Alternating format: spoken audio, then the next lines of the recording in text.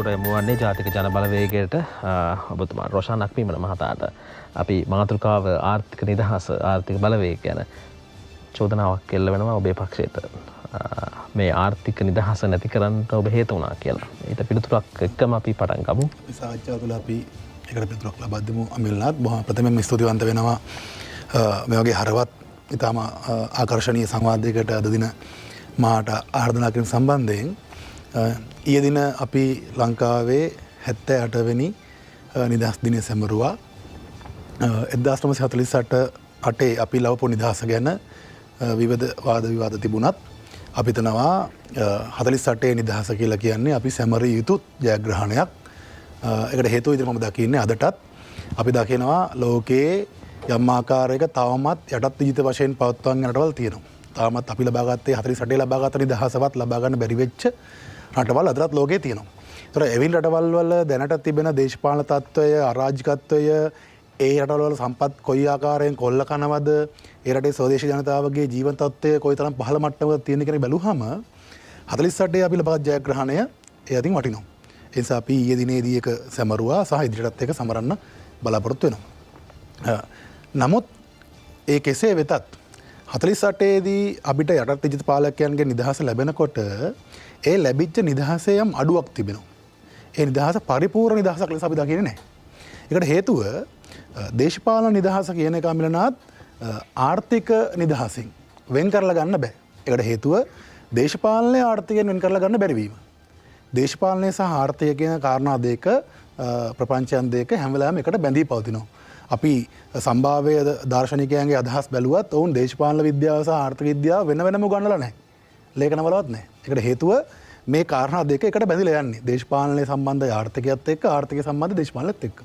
ඒ නිසා අපි 48 දී නිදහස ලබනකොට ඒ නිදහස ලැබීමේදී අපේ රටේ දේශපාලන නිදහසේ බලය ලැබුණේ එවකට අපේ රටේ ආර්ථික බලය හිමි කණ්ඩායමට.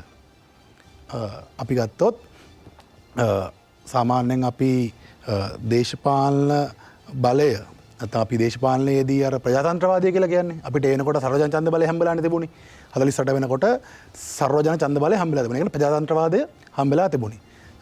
සෑම පුද්ගලයෙක්ටම ඡන්දයක් ලැබුණම අපි හිතන එක ප්‍රජාතන්ත්‍රවාදය කියලා. සෑම පුද්ගලයෙක්ටම ඡන්දයක් ලැබෙනවා කියලා කියන්නේ සෑම පුද්ගලයෙක්ටම හඬක් ලැබෙනවා කියන එක. හැබැයි ඒ හඬ ඇහෙනවද?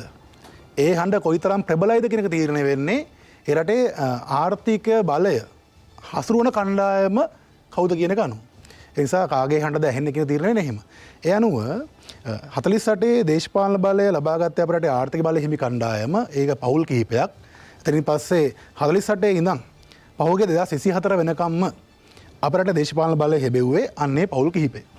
අන්න එතනදී අර 48 දී අපි ලබාගත් දේශපාලන නිදහස ඒක ආර්ථික නිදහසක් බවට පත් වෙන බැරි උනේ අපි ආර්ථික නිදහස කියන එකෙන් අර්ථ දක්වන්නේ රටක ජනතාවට අපි අභ්‍යන්තර වශයෙන් ගත්තොත් රටක ජනතාවට සෑම ජන කණ්ඩායමකටම සමාන අවස්ථාවන් හිමිවීම. ආර්ථිකය තුළ එදිනදා ජීවත් වීමේදී ආහාර පාන සපය ගන්න, තමන්ගේ දරුවන්ගේ අධ්‍යාපනය සපය ගන්න, රටේ පිළිගත්ත ඒවකට සමාජයේ පිළිගන්න අධ්‍යාපන අවස්ථා ලබා ගන්න, සෞඛ්‍ය පහසුකම් ලබා ගන්න, ප්‍රවාහන අවශ්‍යතා ලබා ගන්න. අපි සමාජයේ ඒ මොහොතේ වඩා හොඳ ජීවන තත්ත්වයක් කියලා පිළිගන්න අපි කියන්නේ අර සමාජ පිළිගත් මට්ටමට කියලා. අනේ හොඳම ජීවන තත්ත්වය ලබා ගන්න හැමෝටම සමාන අවස්ථාවක් තිබෙනවද? සහ ආර්ථික ක්‍රියාවලියට සම්බන්ධ වෙන්නත් ඒ ආර්ථික ක්‍රියාවලිය ප්‍රතිලාභ නෙලා ගන්නත් සමාජයේ සෑම කණ්ඩායමකට සමාන අවස්ථාවන් හිමි වෙනවද? මෙන්න මේ විනාඩි දෙකක් කාලයක් තියෙනවා. අවසන් කරන්නම්. මම මතක් කරන්නම් අර අපි ප්‍රංශ විප්ලවය ගැන අහලා තියෙනවා. 48 අපි නිදහස ජයග්‍රහණය ප්‍රංශ විප්ලවයෙන් වෙනස් වෙනවා. නේ? ප්‍රංශ විප්ලවය කියන එකේදී නිදහස සමානත්වතාවය සහ සහෝදරත්වය කියන කාරණා තුනම ගැන කතා කරා, ෆයිට් කරා මිනිස්සු. ඒකට හේතුව සමානාත්මතාවයෙන් තොර සහෝදරත්වයෙන් තොර නිදහසක් පරිපූර්ණ නිදහසක් වෙන්නේ නැහැ.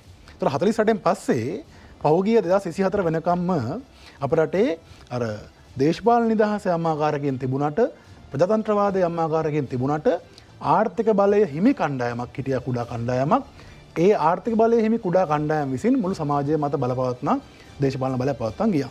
ඒතර අපි හිතන්නේ 2022 කියලා කියන්නේ අන්න ඒ අර්ථයෙන් ගත්තහම 2022 අරගලය කියලා කියන්නේ අර 48ේදී අපිට ලැබිච්ච නිදහසේ යම් අඩුවක් තිබුණා නම් ඒ අපි ලබාගත දේශපාලන නිදහසේ යම් රික්තකයක් තිබ්බනම් ඒ අපරිපූර්ණත්වයක් තිබුණා නම් ඒකේ එහි අඩුව ලබා ගැනීම සඳහා නැත්නම් අර ආර්ථික නිදහසේ තිබිච්ච අඩුව දිනා ගැනීම උදෙසා ජනතාව මහ ජනතාව කරපු අරගලය විදිහට තමයි අපි 2022 ඒ කාල පරිච්ඡේදය දකින්නේ. අපේ ජනතාව තමන්ට 48ේදී දිනා ගන්න බැරි වෙච්ච ආර්ථික නිදහස වෙනුවෙන් කළ අරගලයක්. අපි දන්නවා පෙට්‍රල් නැති වෙලා නේද? අපිට තෙල් පෝලිං ඇති වෙලා, ගෑස් නැති වෙලා, ඊට පස්සේ මේ දුප්පත්කම් වැඩි වෙලා අවිනාඩි කාලයක් අවසන් කරා නම් අපි මම දෙවනි වටේදී එළවෙන්නම් මේ අපි කොහොමද මේ ඒ ආර්ථික නිදහස උදෙසා වූ අරගලය ඉස්සරහට යන්න කියන එක අපි ආණ්ඩුවක් විදියට ඉතින් මම දකින්නේ 2022දී අපේ රටේ ජනතාව අන්නේ ආර්ථික නිදහස වූ අරගලය කරා සඳහා වූ අරගලය කරා එහිදී ජනතාව අර 48ේදී දිනා ගන්න බැරි වෙච්ච ආර්ථික නිදහස ජයග්‍රහණය කිරීම වෙනුවෙන් ඒ මහජන අරගලය තුළින් පැනා ඉල්ලීම් වෙනුවෙන් මේ රටේ ජනතාවගේ ආණ්ඩුවක් වෙනුවෙන් මහජනතාවගේ ආණ්ඩුවක් වෙනුවෙන් මහජන ව්‍යාපාරයක් විදියට ජාතික ජන බලවේගය බාටපත් කරා. ඉතින් අපි ආණ්ඩුවක් විදියට නිල්ලා ඉන්නේ අන්නේ 48 නිදහසේ අපිට දිනා ගන්න බැරි වෙච්ච අඩුව පරිපූර්ණත්වයට පත් කිරීම උදෙසා.